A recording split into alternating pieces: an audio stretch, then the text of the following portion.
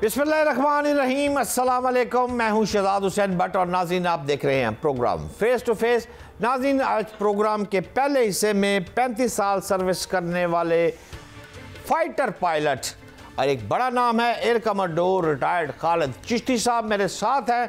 उनसे मैं जानूंगा कि 4 रोज़ कबल जो राफेल तैयारे आए और फिर वो दुम दबा कर भागे तो कैसे भागे, और इस तरह की सारी गुफ्तगू खालिद चिश्ती साहब से की जाएगी। लेकिन प्रोग्राम के दूसरे हिस्से में इंतहाई काबिल एहतराम जौहर सलीम साहब जो साबिक सेक्रेटरी खारजा हैं और मेजर रिटायर्ड मैसम रज़ा साहब दफाई तजियाकार हैं, इनसे जानूंगा कि सफारती महाज पर तो पाकिस्तान मुझे तो नज़र आ रहा है कि भारत को पसपाई हो गई है अल्लाह की रहमत से। सफारती महाज पर क्या गुफ्तगू है वो जानेंगे। लेकिन प्रोग्राम के आखिरी हिस्से में नाज़रीन हम आपको लेके चलेंगे एजाजुल हक साहब के पास, जो कि मरहूम साहब सदर जनरल ज़ियाउल हक के साहबजादे हैं। उनसे जानेंगे कि इस वक्त कौम क्या कर रही है, सियासतदान क्या कर रहे हैं, और कि ख़ास तौर पर उनके वालिद मोहतरम ने जो 1987 में वाज़िया तौर पर कहा था राजीव गांधी को कि आप अगर भारत पाकिस्तान पर हमला करेगा तो लोग हलाकू खान की याद होगी। वो क्या कहानी थी वो भी नाज़रीन मैं आपको प्रोग्राम के आखिरी हिस्से में सुनवाता हूँ। लेकिन सबसे पहले प्रोग्राम का आगाज़ करते हैं इंतहाई काबिल air commodore retired Khalid Chishti sahab. अस्सलाम वालेकुम। जी वालेकुम अस्सलाम जी, thank you very much for having me. Khalid sahab, 4 रोज़ पहले अगर आप गौर करें तो भारत के मिसाइलों से लेस 4 राफेल तैयारे पाकिस्तान में ज़मीनी कार्रवाई के लिए अम्बाला से उड़े थे। ये जब 40,000 फुट की बुलंदी पर थे तो पाकिस्तानी डिफेंस सिस्टम जो था उसके इलेक्ट्रॉनिक वारफेयर एसेट्स के ज़रिए राफेल के तमाम सिस्टम को जाम कर दिया गया। मैं आपसे किबला ये जानना चाहता हूँ कि ये जो जैम किए गए हैं, क्या ये वही अभिनंदन वाली सिचुएशन बनने जा रही थी? आपको याद होगा चाय की प्याली पर जो कुछ हुआ था, या ये क्या था? तफसील से ज़रा मेरे नाज़रीन को बताइएगा कि भारत एक और सरप्राइज से चंद सेकंड दूर था जब वो दुम दबाकर भाग गया। हुआ क्या खालिद साहब? Thank you very much Shahzad साहब। बिल्कुल सिचुएशन उसके काफ़ी करीब, इसलिए मैं कंफर्म कर सकता हूँ आपको कि ये जो राफेल तैयारे थे ये सिर्फ जिसको हम अंग्रेजी टर्म में कहते हैं स्टैंड अलोन में नहीं आ रहे थे। ये एक पूरा पैकेज था जो इनका एक स्ट्राइक प्लान था, पूरे वेपन लगे हुए थे उसके ऊपर। और पाक फिजाइया ने ना सिर्फ ऐसे जहाज़ों को टाइमली बर वक्त ट्रैक किया, बल्कि पाक फिजाइया ने हर वो एफर्ट यूज़ की और वेपन या सॉफ्ट या हार्ड एफर्ट यूज़ की जिसके ज़रिए ये जहाज़ों को हम उनकी ओरिएंटेशन जिसको हम कहते हैं उसकी समझ बूझ की सलाहियत या उसका जो डाटा आ रहा था आपस में उनकी जो इंटीग्रेशन थी उसको डिग्रेड कर दिया। मेरा एक्सेस है पाक फिजाइया की कुछ इन्फॉर्मेशन से, वो मैं सारी तो आपसे टेक्निकल डिटेल्स नहीं बता सकूंगा बिकॉज ऑफ सिक्योरिटी रीजंस। लेकिन मैं ये कंफर्म कर सकता हूँ कि पाक फिजाइया ने अपने तमाम एफर्ट और एसेट्स को एम्प्लॉय किया और उन पायलट्स को मजबूर कर दिया कि आपस में उनकी इंटीग्रेशन ना रहे, और जिसकी वजह से उनको यही सेंस करते हुए कि वो एक और शायद ट्रबल की तरफ हेड कर रहे हैं, उन्होंने एक मिशन कॉल ऑफ उनको करना पड़ा और एग्जिट बैक करना पड़ा, अपने इमरजेंसी बेसिस पर जाकर लैंड किया अपने जहाज़ों। एयर कमांडोर साहब, मैं आपसे ये जानना चाहता हूँ कि हमारे पास J-10C तैयारे में अमरीकी F-35 जैसा जदीद तरीन रडार भी नस्ब है, तो इस हवाले से इसके PL-15 मिसाइलों की रेंज जो बनती है तो वो तो 200 किलोमीटर है।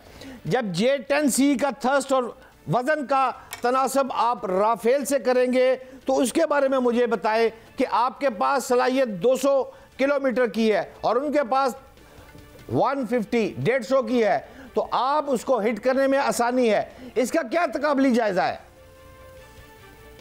इसका शाह साहब ये तकाबली जायजा है कि मैं एज अ फाइटर पायलट बिल्कुल डिसरिस्पेक्टफुल नहीं हूँ राफेल जहाज की काबिलियत के। बहुत काबिल जहाज है, उसकी इंजन की थ्रस्ट बहुत अच्छी है, उसकी इलेक्ट्रॉनिक्स एवियोनिक्स सूट बहुत अच्छा है, उसकी मनूवरेबिलिटी बहुत अच्छी है। मैं उसको कतई अंडरमाइन नहीं करूंगा। I have to respect the enemy.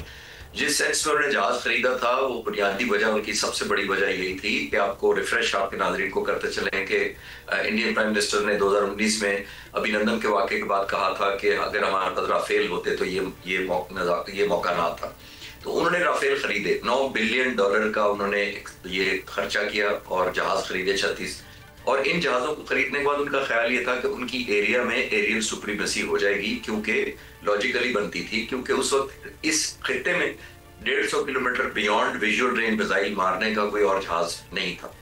अब बियॉन्ड विजुअल रेंज मिसाइल मैं और सादा करता चलूं कि ये वो रेंज है जिस पर पायलट तो 150 किलोमीटर से दूर आने वाले दुश्मन के जहाज को नहीं देख सकता, लेकिन वो ये देख सकता है कि 150 किलोमीटर मैंने अपना रेडार पे लॉक करूंगा और फिर अपना मिसाइल फायर करेगा और वहां से वो दुश्मन की तरफ मिसाइल चल पड़ेगा। तो उस वक्त हमारे पास कोई शक नहीं है, उस वक्त कोई ऐसी ऑप्शन नहीं थी। लेकिन जब उन्होंने खरीदे जब तक, तो Pak Fizaiya quickly as usual technology dependent है हमारी, और बहुत ज्यादा हम अपना एज जो है न्यूमेरिकल, और जो मैं आपके रिपीटेडली चैनल्स पे कह रहा हूँ कि हमारे पाक फिजाइया के पास एक ही एज है, और वो है 3 डायमेंशन का। और वो एक डायमेंशन है अल्हम्दुलिल्लाह हमारा फेथ और ईमान, नंबर 2 हमारी है बेहतर क्वालिटी ऑफ ट्रेनिंग, और तीसरी हमारी है टेक्नोलॉजी डिपेंडेंट होना। हम टेक्नोलॉजी को बहुत जल्दी अडॉप्ट करते हैं और इंटीग्रेट कर लेते हैं दुश्मन से पहले। तो जो J-10 आपका जहाज का जिक्र कर रहे थे, मार्च 2022 में पाक फिजाइया की मौजूदा लीडरशिप ने ये भांपते हुए कि हम आउट स्मार्ट हो जाएंगे दुश्मन से, तो जहाज बहुत जल्द रिकॉर्ड मुद्दत में ना सिर्फ इंडक्ट किए, डे एंड नाइट इनको ऑपरेशनलाइज किया गया, और PL-15 इन पर मिसाइल लगे हैं, और PL-10 और 12 के अलावा जो वो भी बहुत खतरनाक मिसाइल है, लेकिन PL-15 सबसे खतरनाक है। ये 200 किलोमीटर पे दुश्मन को ना सिर्फ रेडार से देखता है बल्कि फायर कर सकता है अपना मिसाइल।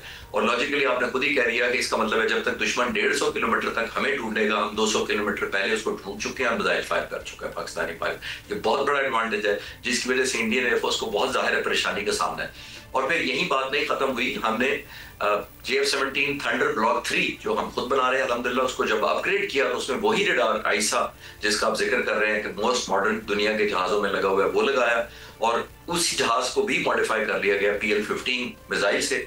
अब हमारे पास 2 जहाज हैं एक किस्म के जो PL-15 कैरी करते हैं, J-10C, और PL-15 कैरी करने वाला दूसरा जहाज है JF-17 थंडर। तो इंडियंस के लिए जाहिर है एक डलमा है, अगर मैं इंडियन पायलट हूं तो मेरे लिए परेशानी का बायस है कि ये अब जहाज दो टाइप के हैं जो मुझे देख रहे हैं।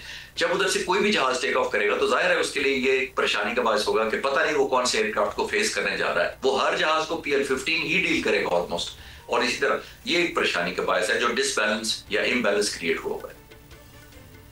खालिद साहब ये बताइएगा कि पाकिस्तान जदीद तरीन शेपर्ड 2 ड्रोन बना चुका है और टर्की ने भी हमें ड्रोन फराहम किए हैं। इस तनाज़र में मैं आपसे ये जानना चाहता हूँ कि सरहद और फ़ज़ाई दफा में पाकिस्तान के जो जदीद ड्रोन्स हैं वो क्या किरदार अदा कर रहे हैं। पाक फ़ज़ाइया की तो मुझे समझ आ गई कि आपके त्यारे राफेल से अल्हम्दुलिल्लाह अबव जा रहे हैं। अब ड्रोन्स की सूरत हाल के बारे में मुझे आगाह कीजिएगा सर। ये बहुत अच्छा सवाल आपने किया है, और ये एक और फील्ड है जिसमें हम टेक्नोलॉजिकल लीड ले चुके हैं हिंदुस्तान से, और कम नहीं ली है। मैं तो बल्कि ये रेट करूंगा कि J-10 की जो और बहुत दूसरे जहाजों की जो लीड का जिसका हमने जिक्र किया, ये उससे भी ज्यादा है, क्योंकि ड्रोन सिर्फ शापर नहीं हमने लिया, हमने किंजी भी ड्रोन ले लिए हुए हैं। हम ड्रोन आपके नाजरीन के लिए मैं कॉमन अंडरस्टैंडिंग के लिए ड्रोन यूज कर रहा हूँ। टेक्निकल इनका नाम है अनमैन्ड एरियल व्हीकल्स, UAVs कहते हैं इनको, यानी बगैर पायलट के जहाज यूं समझ लें। और ये तकरीबन जहाज के करीब ही वेपन्स और बॉम्ब ले जा सकता है, और ये बॉम्बिंग तक कर सकता है। हमने पीस टाइम में अगेंस्ट टेररिज्म पाक फिजाइया ऑलरेडी इनको इस्तेमाल भी कर रही है और करती रही है, और बड़ी कामयाबी से। टर्की ने भी हमारी मदद की, पाकिस्तान खुद भी खुद कफील होने के लिए इस पर भरपूर कोशिश कर रहा था। अब हमारे पास ये एक और डायमेंशन ऐड हो गया। अब के नाज़रीन के लिए मैं ये भी बताते चलूं कि ये जो फाइटर जहाज होता है, जाहिर है उसके अंदर पायलट बैठा होता है, उसका स्ट्रेस लिमिट एक लिमिट होती है, उसकी फ्लाइट की ड्यूरेशन एक लिमिट करती है पायलट की एनर्जी और थकावट की वजह से। इसमें क्योंकि पायलट नहीं होता, और फाइटर जहाज ने 1, 1.5, 2, 2.5 घंटे के बाद आकर लैंड करना होता है रिफ्यूलिंग की वजह से भी, और बहुत सारी मेंटेनेंस की वजह से। जबकि ये ड्रोन कई घंटे, दर्जनों घंटे कह सकता हूं मैं आपकी सिंपल अंडरस्टैंडिंग के लिए उड़ता है, और इसके जो जमीन पर कंट्रोल करने वाले होते हैं वो भी प्रोफेशनल पायलट्स होते हैं, वो भी कोई आम लोग नहीं होते, वो बड़े स्किल्ड होते हैं। वो जिस तरह जहाज हवा में उड़ाते हैं उसी तरह इसको उड़ा रहे होते हैं ये कई घंटे। और इसकी अच्छाई ये है, या एडवांटेज बहुत बड़ा ये है कि ये क्योंकि पंखे वाले जहाज इंजन यूज करता है तो उनकी आवाज ना होने के बराबर है। जब इस तरह का जो UAV जो है वो 30,000 फुट पे 40,000 फुट पे आता है तो उसकी आवाज जमीन पे पता नहीं होता कि हमारे इनके ऊपर उड़ रहा है। वो ऑब्जर्व भी कर सकता है, वो रिकॉन्सेंस भी कर सकता है, वो कंटिन्यूस वीडियो भेज रहा होता है हेडक्वार्टर में जहां पे मॉनिटर कर रहे होते हैं। अगर कोई मूवमेंट हो रही है दुश्मन की, एक चाल को क्लोजली देख रहा होता है। क्योंकि मैंने अर्ज किया कि मैं अपने नाम से एक YouTube डॉक्यूमेंट्री चला रहा हूँ पिछले 6 साल से पाक फिजाइया का मुझे स्पेशल ऑनर दिया कि मुझे एक्सेस दिया गया इन्हीं ड्रोन्स को देखने का एक ऑपरेशनल बेस के ऊपर, इन्हीं J-10C और JF-17 थंडर पायलट्स को मिलने का और पूरा दिन उनके साथ गुजारने का। मैंने अपने चैनल के इनका वीडियो इंटरव्यू किया था जो पाक फिजाइया ने पहली दफा किसी को इजाजत दी। तो मेरे लिए खुशगवार हैरत ये हुई थी कि पाक फिजाइया ना सिर्फ J-10C और ब्लॉक 3 JF-17 के अंदर बहुत आगे निकल गई है, बल्कि उससे कहीं ज्यादा हमने ड्रोन्स की जो मास्टरी की है, जो लॉइटरिंग म्यूनिशन की है, ये लॉइटरिंग म्यूनिशन भी मैं ऐड करता चलूं, उसमें भी हमारी बड़ी एज है। लॉइटरिंग म्यूनिशन ये होता है कि ये दुश्मन के इलाके में ढूंढ कर मारता है, यानी कि आपने टारगेट फिक्स नहीं किया होता, ये मूवमेंट और इंटेंसिटी के हिसाब से दुश्मन के टारगेट्स को, जमीनी टारगेट्स को निशाना बनाता है। तो हमारी एक डायमेंशन में नहीं है लीड, अल्हम्दुलिल्लाह, अल्लाह इज्जत रखेगा, हम इंशाल्लाह ताला दुश्मन को बहुत जगहों पे टॉप टाइम देंगे। खालिद साहब, आप खुद फाइटर पायलट हैं और आपको बहुत सारी बारीकियों का इल्म है, इसलिए मैं बड़ा सादा सा सवाल आपसे करना चाहता हूं। अक्सर देखा गया है कि भारत की तरफ से 4 त्यारे उड़ते हैं, या 6 उड़ते हैं या 5 उड़ते हैं। आप 2 त्यारों के साथ मुकाबले पर आते हैं। MM आलम की भी मिसाल आपको सारी याद होगी।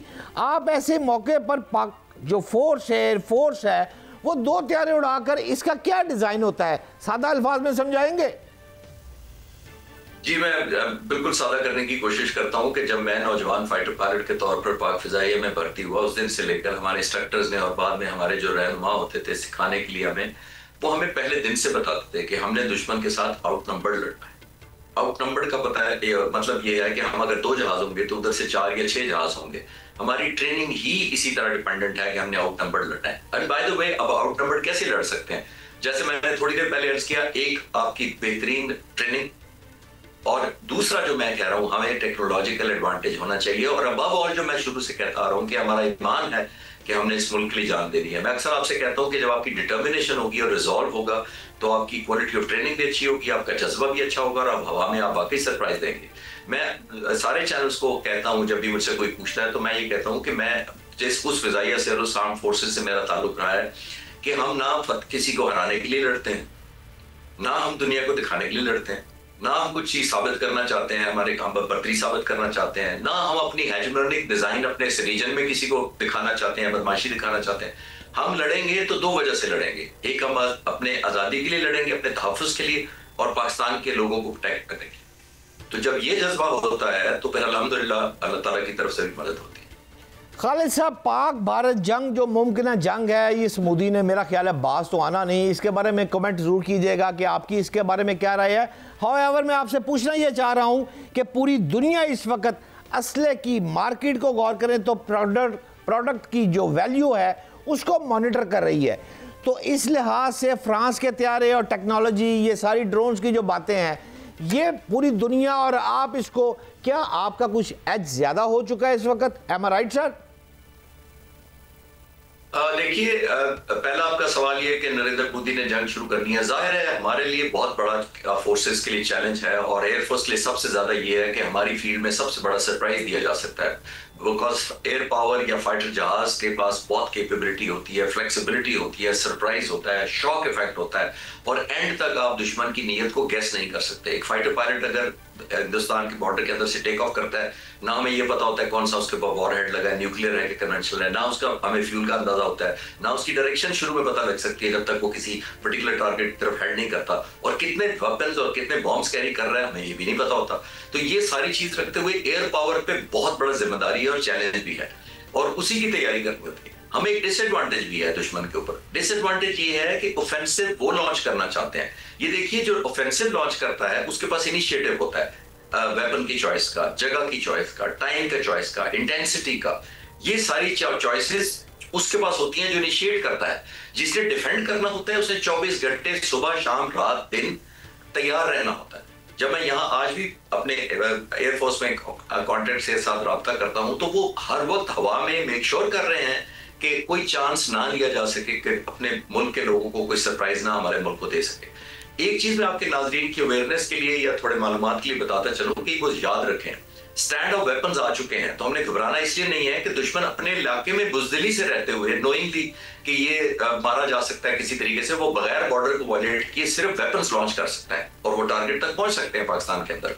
जिस चीज इंशाल्लाह जो चीज हमें बचाएगी वो हमारा रिजॉल्व और कुव्वत इरादी ये बचाएगी कि अगर हमारे पास किसी तरह का स्टैंड ऑफ वेपन से भी हुआ कि फिजिकली जहाज ना आए हमारे बॉर्डर के अंदर और उन्होंने मिसाइल मारा, तो हम उसके बावजूद जो वापस रिटेलिएटरी स्ट्राइक करेंगे उसका भी फिर हौसला दुश्मन को रखना चाहिए। ये मेरा भी मैसेज है। ये वन साइडेड नहीं होगा कि अगर आपने स्टैंड ऑफ वेपन अगर हमारे 150-20 किलोमीटर के अंदर मार दिया है, किसी गांव के ऊपर मार दिया है और क्लेम कर लिया कि हमने बहुत बड़ा हमला कर दिया, सर्जिकल स्ट्राइक कर दिया, तो रिटेलिएटरी स्ट्राइक भी मैं आपको शेयर कर सकता हूं विद कॉन्फिडेंस कि पाक फिजाइया के भी लेटर ऑफ एस्केलेशन के हिसाब से तमाम टारगेट्स वो लाइंड अप है सारे, यानी क्लियर हमने लिस्ट डाउन किए हुए हैं कि अगर इस लेवल तक एस्केलेशन गई तो हम यहां जाएंगे, अगर इस लेवल तक एस्केलेशन गई तो हम यहां जाएंगे।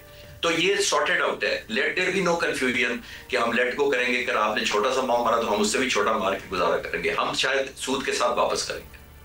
खालिद साहब, आपकी जो गुफ्तगू है उस गुफ्तगू से मुझ समेत मेरे नाज़रीन और पाकिस्तानी अवाम का मोराल जो है वो आप बहुत बुलंद करते जा रहे हैं। तो इसी हवाले से फिर मैं दूसरा सवाल आपसे ये करना चाहूँगा कि कौन कौन से शहर हैं, कुछ गिने हैं कि यहाँ बैठकर मैं एक पटाखा मारूंगा और उन तक रसाई मेरी है? कितने के हैं, कुछ याद है आपको? नहीं, वो मैं एक तो मुझे मालूम भी होते तो शायद मैं डिस्क्लोज ना कर पाता, बिकॉज वो फ्लेक्सिबल होता है और in the order of enemy attack होता है, यानी कि उन्होंने क्या किया, कितनी इंटेंसिटी का मारा, कहाँ मारा, स्ट्रेटेजिक टारगेट है, टैक्टिकल टारगेट है, या सिर्फ शो ऑफ फोर्स उन्होंने कहीं को सिंबॉलिक किस्म का फायर किया या कुछ किया। तो लेट इट बी क्लियर, ये इसको ज़हन में रखे कि वो ना टारगेट को पहले कोई भी नहीं आइडेंटिफाई कर सकता, ये दुश्मन ने, क्योंकि इनिशिएटिव उसके पास है तो उसने हमें बताना है कि मेरा ये टारगेट होगा तो हम उस तरफ उसके बाद हम रिटेलिएट करेंगे और इंशाल्लाह भरपूर तरीके से करेंगे। खालिद साहब, अगर आप ना भी बताना चाहें तो पूरी कौम को अब ये पता चल गया है कि अब्दाली आ गया है मैदान में और अब्दाली का जो रेंज है वो 450 किलोमीटर तक है। और अगर आप दिल्ली को कंपैरिजन करेंगे तो दिल्ली पूरा इंचों से नाप ले 450 किलोमीटर की रेंज है। एम आई राइट और रॉन्ग? जी नहीं, हमारा मिसाइल उसको टेस्ट करने का मतलब आज ही कोई दिल्ली को निशाना नहीं था, दिल्ली वैसे भी निशाना हो सकता है, मैं आपकी तलाश के लिए इस मिसाइल के अलावा भी हो सकता है। क्या इसकी रेंज 450 किलोमीटर है अब्दाली की? नहीं, वेरी करती है, मेरा एक्सेस नहीं है एग्जैक्ट कि ये वाले की क्या थी। पहले करीबन 200 होती थी, फिर हमने रेंज बढ़ाई है, उसकी एक्यूरेसी बढ़ाई है, उसकी रेजिस्टेंस बढ़ाई है। तो एग्जैक्ट मेरे पास टेक्निकल डिटेल इस वक्त नहीं है मेरे पास, लेकिन रेस्ट एश्योर्ड कि सिर्फ अब्दाली पे डिपेंडेंट नहीं है। बहुत शुक्रिया, इंतहाई काबिल तारीफ चिश्ती साहब मेरे साथ थे और वो बता रहे थे पाक फ़ज़ैया के 3 एज है। नाजरीन देखें, टेक्नोलॉजी, तरबियत और सारी बातें अपनी जगह पे, शहादत का जज्बा जो है ना, जब 2 आमने सामने त्यारे आते हैं, एक राफील आ गया, एक मेरा त्यारा आ गया, अब उसके लिए जिगरा चाहिए, ईमान की ताजगी चाहिए, शहादत का जज्बा चाहिए। अरे हिंदू बनिए, तेरा तो दिल वैसे ही टांगे कांप रही हैं उस वक्त त्यारा उड़ाते हुए, तेरे हाथ में 150 किलोमीटर है या 200 किलोमीटर है, वो बटन दबाने के लिए ना, वो कहते हैं ना आम ज़बान में, गोली पे ड्राइवर नहीं होता, गोली अपनी मर्ज़ी से निकलती है। और जब बटन दबाया जाता है, वो जहाज़ टेक्नोलॉजी के साथ साथ इतना बड़ा कलेजा चाहिए उसको चलाने के लिए। वो सिर्फ़ और सिर्फ अल्हम्दुलिल्लाह पाकिस्तान के मेरे एयरफोर्स शहजादों के पास है और इसलिए एयरफोर्स बुलंद है। आपको याद होगा कि मोहम्मद अली एक बहुत बड़ा बॉक्सर था, बहुत नाम कमाया, तमाम मुकाबले भी जीता था। क्यों जीता था? वो कहता था आ भारत, पहले मुझे मार, मैं तुझे थकाऊं। वो सिर्फ अपनी पंचिंग के साथ इधर उधर खेलता था और जब दुश्मन थक जाता था तो फिर वो आखिरी मुक्का मारता था और उसके टोटे टोटे कर देता था। नाज़रीन, एक ब्रेक पर जा रहा हूं, मेरे साथ रहिएगा।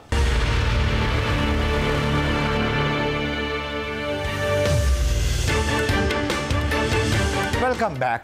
नाज़रीन, प्रोग्राम के इस हिस्से में मैं आपकी मुलाकात करवा रहा हूँ साबिक सेक्रेटरी खारजा हैं और सफारतकारी पर मुकम्मल ग्रिप रखते हैं जौहर सलीम साहब मेरे साथ मौजूद होंगे, जबकि इसके साथ साथ दफाई तजियाकार और सिक्योरिटी एक्सपर्ट हैं मेजर मैसम साहब, वो भी मेरे साथ मौजूद हैं। तो सबसे पहले जौहर सलीम साहब, मैं आपसे आगाज़ कर रहा हूँ और आपसे ये पूछना चाहता हूँ कि पाकिस्तान ने आज गैर मुल्की और मुल्की मीडिया को इन इलाकों का दौरा तो करवा दिया है जिनके बारे में भारतीय मीडिया ने दावा किया था कि वहाँ दहशत गर्दों के ठिकाने हैं, और कोई बिल्कुल पसपाई हुई है, भारत को मायूसी हुई है।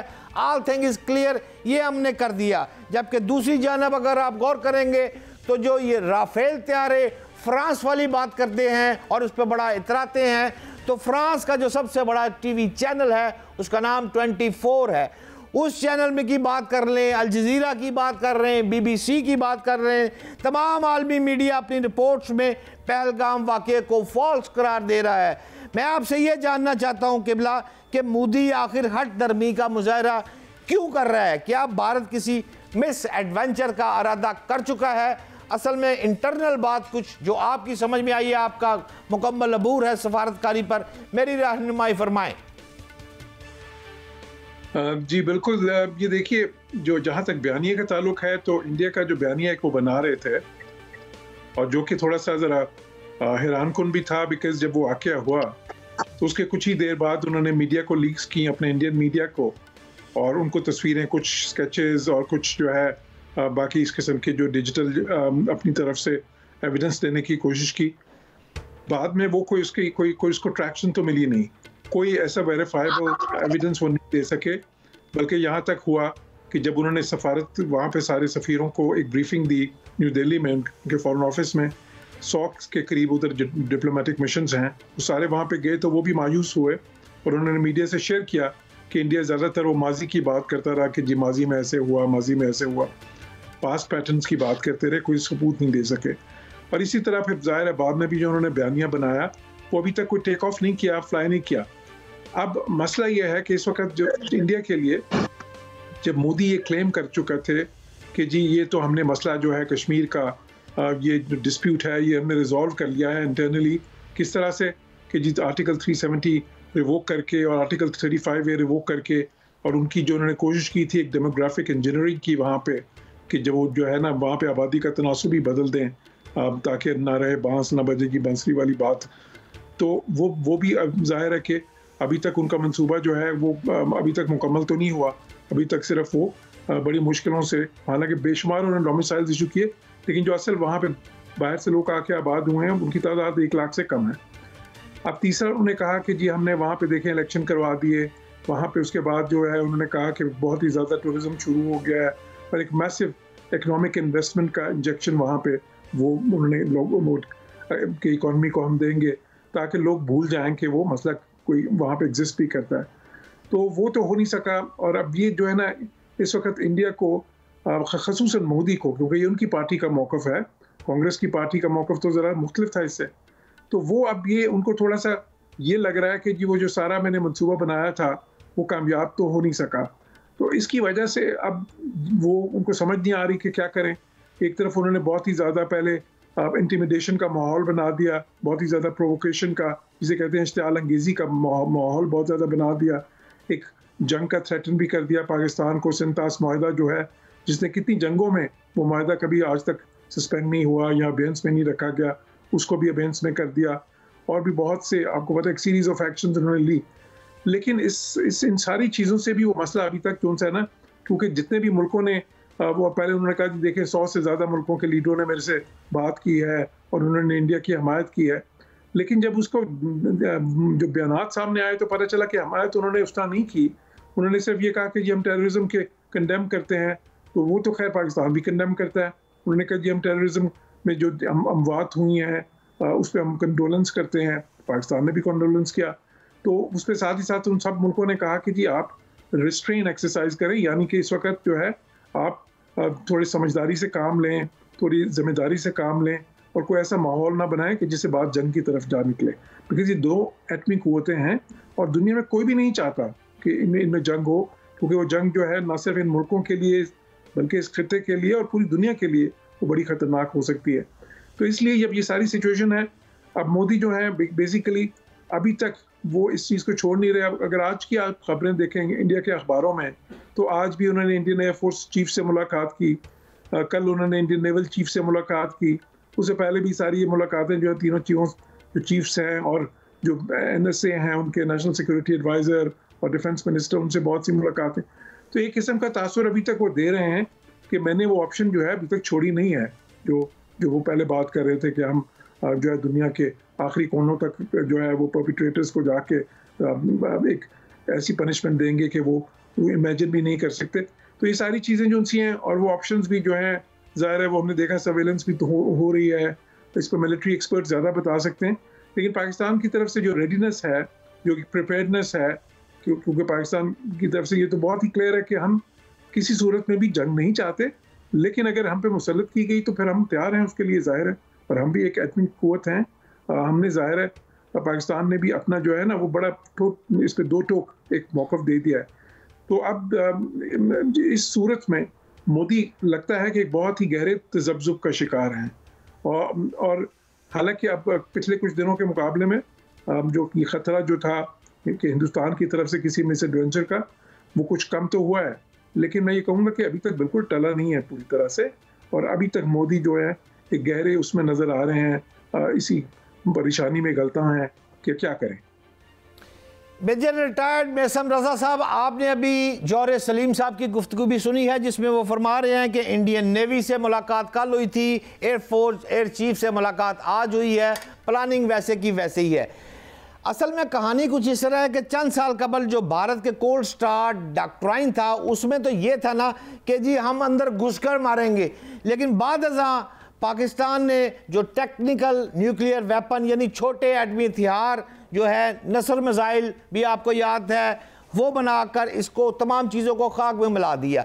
मैं आपसे ये जानना चाहता हूँ कि भारतीय रहनुमा और जर्नैल और मीडिया ये जो झूठी बातें कर रहे हैं, बढ़ के मार रहे हैं, भाई आखिर कहानी इंटरनल, मेजर साहब आप सिक्योरिटी एक्सपर्ट है, मुझे ये समझाएं कि ये खुद फ्रेबी में भारत क्यों मुब्तला है, असल कहानी है क्या मेजर साहब?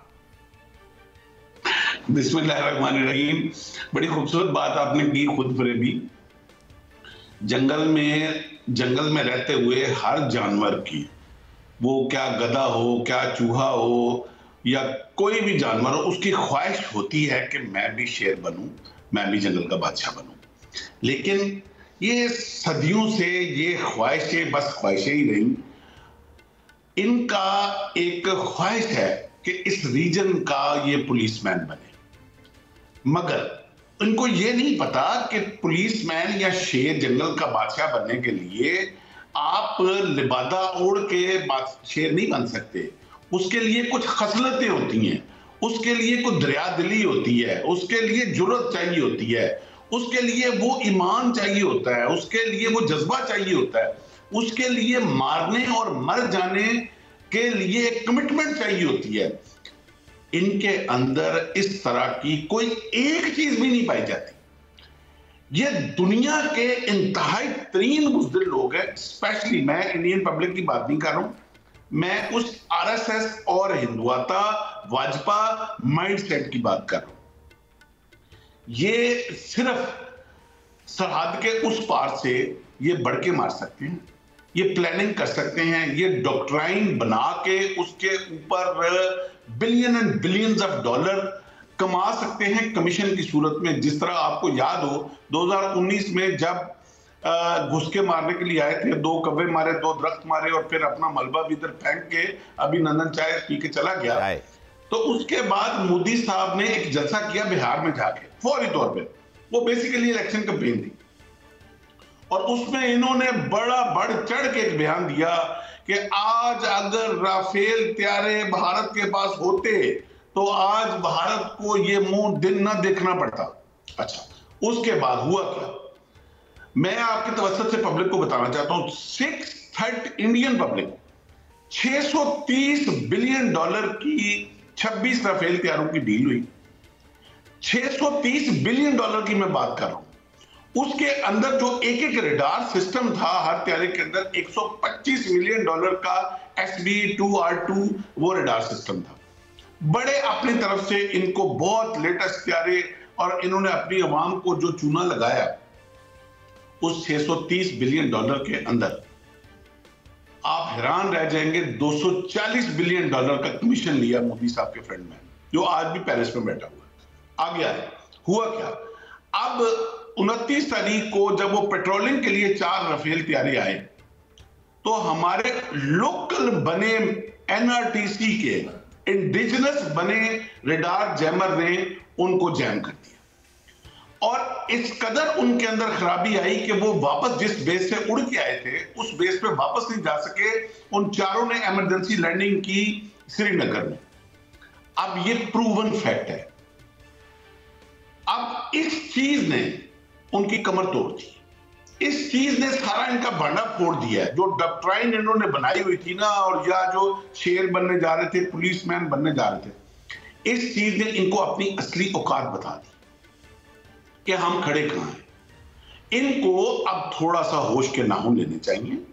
ये 1999 नहीं है कि आप कहीं भी पटाखा फोड़ के इल्जाम मुसलमानों पे, पाकिस्तान पे डाल के इलेक्शन कैंपेन का हवा गर्म करके तो उसके बाद आप कांग्रेस को चारों शाने चित गिरा के हिंदू वोट कंसंट्रेट कर लोगे। अब ये 2025 है, ये मीडिया का दौर है। The media is open to everybody. इनकी अवाम अब ये जान चुकी हुई है कि ये हमें किस कदर बेवकूफ बना चुके हैं पाकिस्तान के नाम पे, जिसकी सबसे बड़ी निशानी ये है कि जो इन्होंने, मैं इसमें बल्कि आपको सलाम पेश करता हूं हमारे मीडिया को, जो इन्होंने 16 चैनल बंद किए हैं पाकिस्तान के। ये एक बहुत बड़ी हमारे परसेप्शन की, हमारे बयानिया की जीत थी। बंद इनको इसलिए करने पड़े कि अब इनकी पब्लिक ने गोदी मीडिया सुनना बंद कर दिया। अब वो सिर्फ और सिर्फ पाकिस्तान मीडिया देख रहे हैं। उसके बाद कल इन्होंने ISPR का चैनल इंडिया में बंद कर, ब्लॉक कर दिया। What does this speak? This speaks कि इनकी पब्लिक ने इनका पूरे का पूरा बयानिया गंगा में बहा दिया। अब वो इनकी नहीं सुनते, उनको समझ आ गई है वो बेवकूफ बन रहे हैं। उनको समझ आ रही है कि हमारे टैक्स का पैसा जो है ये पाकिस्तान के नाम पे कहां बेसिकली ड्रेन होता जा रहा है। हम पुरअमन लोग हैं, हम अमन से रहना चाहते हैं, हम अमन से जीना चाहते हैं, लेकिन हमें मत छेड़ो। हमें अगर तुमने जो ऐलान किया है कि हम पानी की बूंद बूंद बंद कर देंगे, हम इनको मट्टी और धूल चटा देंगे, हम ध्वस्त कर देंगे। तुम ध्वस्त करने 2019 में आए थे, फिर क्या बना? अब किस मुंह से अपनी पब्लिक को स्टोरी बताओगे? आप लोगों को इस वक्त ये समझ क्यों नहीं आ रही? मैं ये RSS और हिंदुआता के माइंडसेट को एड्रेस कर रहा हूं कि आप लोगों को ये समझ क्यों नहीं आ रही कि दुनिया बदल चुकी है। दुरुस्त कह रहे हैं मेजर साहब आप कि दुनिया बदल चुकी है। मोदी और उसके हवारियों को वाकई से आ रही।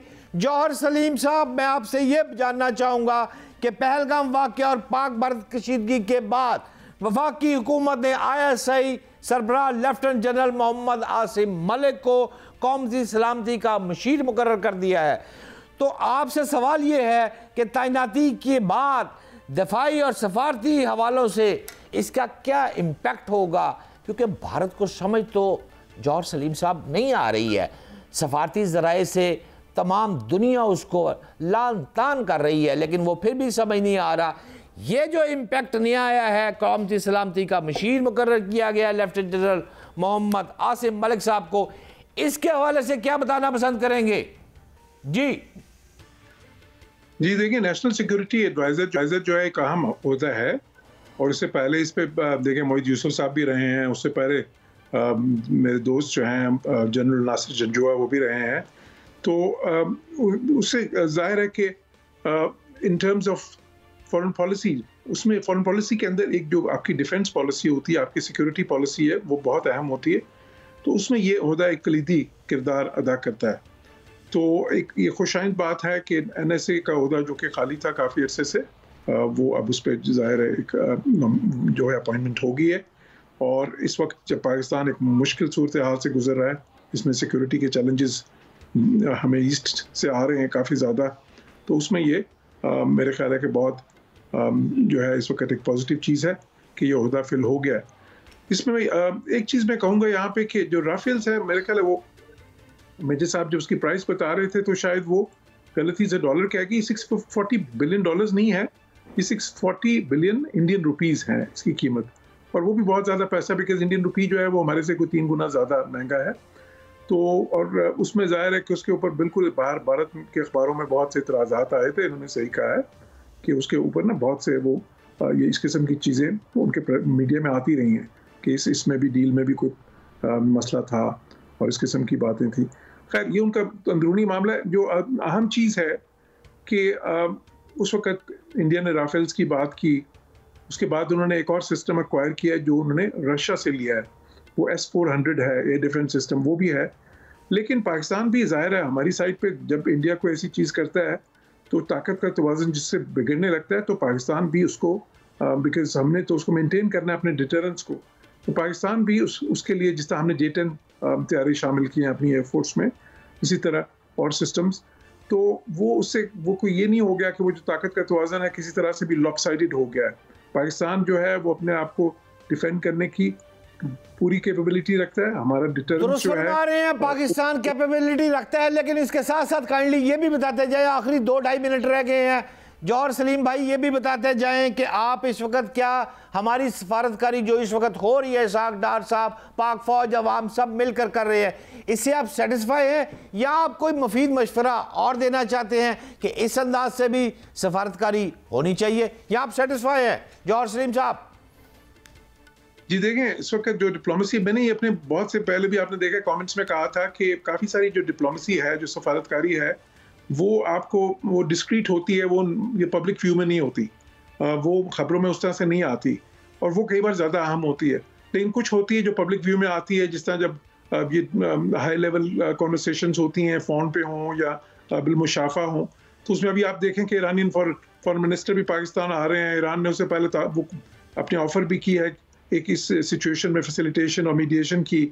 उससे पहले देखें सऊदी अरब, चाइना की स्टेटमेंट्स हैं, अमेरिका की हैं, बेशुमार मुल्कों की स्टेटमेंट्स जो आई हैं, और उन सब मुल्कों ने एक चीज़ कही है कि जी इस वक्त इंडिया को और पाकिस्तान को एक रिस्ट्रेंट जो है ना एक्सरसाइज करने की ज़रूरत। अच्छा, पाकिस्तान तो कर ही रहा है, हम तो इस वक्त जो है स्टेट्समैनशिप दिखा रहे हैं। ये इंडिया की साइड से है कि एक ब्रिंक्समैनशिप का मुजाहरा हो रहा है। ब्रिंक्समैनशिप यानी कि एक वो ऐसा रवैया कि जी अगर आप ये नहीं करेंगे तो हम सब कुछ तबाह कर देंगे, और एक जिसे कहते हैं धमकियाँ और बिल्कुल एक इश्तियाल अंगेजी, तो उस किस्म का सिलसिला है। लेकिन जितनी भी स्टेटमेंट्स आई हैं, देखिए यूनाइटेड नेशन सिक्योरिटी काउंसिल से जो स्टेटमेंट आई है वो स्टेटमेंट से बहुत बेहतर है जो पुलवामा के मौके पे आई थी।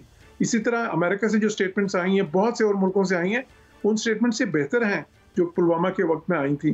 तो इसलिए जो है मेरा ख्याल है कि जो हमारी सफारतकारी है वो बिल्कुल इस वक्त बहुत ज्यादा मोबिलाइज्ड है। दुरुस्त कह रहे हैं मेजर साहब। मैं काबिल एहतराम मेसम रजा साहब, मेरा आखिरी मिनट है और शार्प जवाब दीजिएगा कि पाकिस्तान का अबाबील बैलिस्टिक मिसाइल MR जो है वो टेक्नोलॉजी से लेस है और तमाम अहदाफ को निशाना बनाने की सलाहियत रखता है। मेरी इंफॉर्मेशन के मुताबिक, आप ज़्यादा समझते हैं, पूछना ये चाहता हूँ, कोई मिस एडवेंचर भारत करता है तो कोई भारत का फौजी छावनी इलाका, कोई चीज़ हमसे महफूज नहीं रहेगी।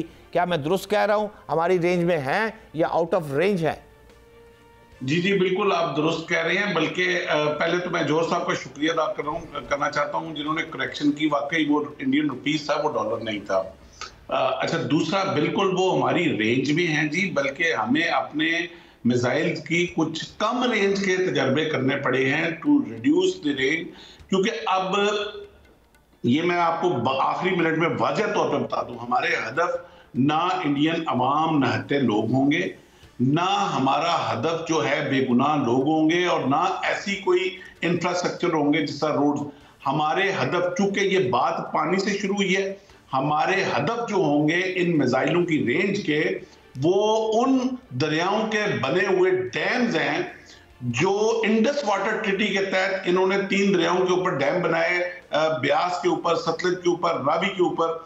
और हमारे पहले हदफ जो होंगे वो डैम होंगे, ताकि वो खुले पानी, हमारे वो दरियाओं का पानी जो है वापस हमारी सरजमीन पे जिनका हक था वो आए, और यहाँ सब्ज़ो शादाब जो है वो वापस हमारा मुल्क लहलाए। बहुत शुक्रिया। दोनों काबिल एहतराम मेरे साथ थे और फरमा रहे थे कि ISPR समेत 16 चैनल पाकिस्तानी बंद कर दिए सफारतकारी के हवाले से। फिर हमारी जीत तो अल्लाह पाक ने हमें दी है, और भारत की जो ख्वाहिश है कि वो गांव का और जंगल का को किंग बनना चाहते हैं, तो वो तो हज़ारों ख्वाहिशें ऐसी कि हर ख्वाहिश पे दम निकले, ये निकलते रहेंगे। भारत तेरे अरमान ये कभी पूरे नहीं होने। नाज़रीन, एक शॉर्ट ब्रेक पे जा रहा हूँ, मेरे साथ रहिएगा।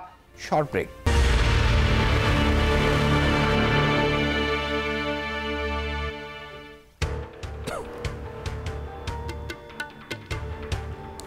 Welcome back. नाज़रीन, प्रोग्राम के इस हिस्से में मेरे साथ मारूफ सियासतदान एजाजुल हक साहब आए हैं एजाज भाई। अस्सलाम वालेकुम। जी वालेकुम अस्सलाम। एजाजुल हक साहब, मरहूम सदर अगर जनरल ज़ियाउल हक साहब ने जो 1987 में दौरा इंडिया में राजीव गांधी को मुखातब करते हुए कहा था तुम पाकिस्तान पर हमला करना चाहते हो, ठीक है करो, लेकिन याद रखना इस हमले के बाद दुनिया चंगेज़ खान और हलाकू खान को भूल जाएगी। मुझे भी याद है, आपको भी याद होगा। जानना ये चाहता हूँ ज़ियाउल हक और राजीव गांधी को की जो बातें सारी हैं उनको छोड़कर उस वक़्त ये बात करने के बाद जंग जो थी वो नहीं हुई, रुक गई। आज 38 साल गुजर गए हैं इस बात को, लेकिन लगता है मोदी ने तारीख से कोई सबक नहीं सीखा। इस मौके पर आप क्या कहेंगे और क्या हुकूमत पाकिस्तान से चाहते हैं कि वो ज़ियाउल हक वाला जज्बा कैसे लेकर आए? एजाजुल हक साहब। जी, बहुत अच्छी बात की है आपने। मैं इस को कहना चाहूँगा कि ये अल्हम्दुलिल्लाह पाकिस्तान को जो जहाज की बरकत से, जिससे लोग अब कुछ कतराते हैं, कुछ शर्माते हैं कि उस वक्त अमेरिका को पाकिस्तान की ज़रूरत पेश आ गई और उसकी आड़ में पाकिस्तान ने अपने आप को एक एटमी कुव्वत बना लिया और उस एटमी कुव्वत को 1984 में यानी 1979 में 79 में चावी के टनल बनने शुरू हुए थे जो इनमें से किसी को पता नहीं था और ना ही CIA डिटेक्ट कर सका, ना कोई और दुनिया की एजेंसी डिटेक्ट कर सकी। और अल्हम्दुलिल्लाह 1982 में जाकर वो चावी के टनल तैयार हो गए थे और फिर डॉक्टर कदीर खान ने खुद लिखा कि मैंने जनरल ज़ियाउल हक शहीद को बताया। उस वक्त एक जुर्रत की बात थी, एक हिम्मत की बात थी कि हिंदुस्तान की सरजमीन पर जाकर उसको बावर करवाया कि जो चीज़ तुम्हारे पास है वो हमारे पास भी। और ये आपने तो देखा होगा कि उनके अपने जो उस वक्त का, जैसे आज अजीत डोवल है जो बार बार बड़के मारता है, और उस वक्त का जो सिक्योरिटी एडवाइजर है उसने लिखा और इंडिया टुडे के अंदर वो उसका ये बात इंतहाई काबिल एहतराम एजाजुल हक साहब। आपकी आवाज़ में कुछ डिस्टॉर्शन आ रही है, मैं प्रोड्यूसर साहब को कहूँगा ज़रा दोबारा डायल कीजिएगा। इन द मीन टाइम नाज़रीन मैं आपको एक तस्वीर पर लेकर चलता हूँ, बहुत वायरल हो रही है तस्वीर। ये देखें मेरी स्क्रीन पर, ये इंडियन मीडिया धकेल रहा है इंडियन आर्मी को। इंडियन पॉलिटिशियन जो है वो कहते हैं रहंदी नहीं, असी मर जावांगे, मोदी तबाह बर्बाद हो जाएगा, सियासत ख़त्म हो जाएगी। क्योंकि याद करें मोदी जब प्राइम मिनिस्टर ऑफ पाकिस्तान की बातें करता था उस वक़्त वो पाकिस्तान के प्राइम मिनिस्टर, पाकिस्तान की आवाम को बुरा भला कहता था और एक ही नारे पे वो जीता है कि मैं लड़ूंगा, मैं अंदर घुसकर मारूंगा। अब लड़ाई का आ गया वक्त तो हिंदू की जो टांगे हैं वो तो कांपना शुरू हो गई हैं, क्योंकि जो 4 रोज़ कबल उसने राफेल तैयारे उड़ाए थे वो दुम दबा कर कैसे भागे। आप नाज़रीन अगर गौर करें तो आप मेरे तैयारों की बात कर लें, बैलिस्टिक मिसाइल की बात कर रहे, मेरे रडार की बात कर लें, सफारती तलकात की बात कर दें, इशाक डार जिस तरह लड़ रहा है, पाक फौज लड़ रही है, अवाम सारी यकजा होकर पाक आर्मी के पीछे खड़ी है, ये सारी बातें मोदी समझ रहा है। उसके साथ साथ अगर आप टर्की की बात करें, बांग्लादेश की बात करें, वहाँ से आ रहा है, चाइना पानी बंद करने जा रहा है। अगर ये पानी मेरा तो बगैर बंद करने की बात ही नहीं है, मुआहदा जो उसने मनसूख किया है बिल्कुल हवा में बातें नहीं होती जैसी उस तरह। और जो मुझे अभी बात याद आ रही है, काबिल एहतराम मेजर रिटायर्ड मैसम रज़ा ने कहा कि मोदी की ख्वाहिश है कि वो जंगल में एक बड़ा बनकर, एक शेर का लिबादा ओढ़कर, एक जानवर बनकर सामने आना चाहता है। तो ये दरिंदा, ये ख्वाब कभी इसका पूरा नहीं हो सकता, क्योंकि आप आसान ज़बान में नाज़रीन अगर मैं आपको आज के प्रोग्राम का वाइंड अप करूँ तो 2 लाइनों में होता है, ये राजनीति है और इस राजनीति में भारत तेरे को करारा जवाब मिलेगा। और तुझे पता होगा कि जवाब किसे कहते हैं, ये पाकिस्तानी कौम और सिपह सलार पाकिस्तान देना जानता है। लेकिन प्रॉब्लम यहाँ ये है कि मोदी को ये पता है कि अगर वो कोई शरारत नहीं करेगा तो हुकूमत डिज़ोल्व हो जाएगी। इसलिए ये वो कोड किली है जो मोदी के मुंह में है, ना वो खा सकता है ना वो थूक सकता है। आज के प्रोग्राम के लिए इतना ही। इंशाल्लाह अगले हफ्ते मुलाकात होगी फेस टू फेस में। पाकिस्तान जिंदाबाद।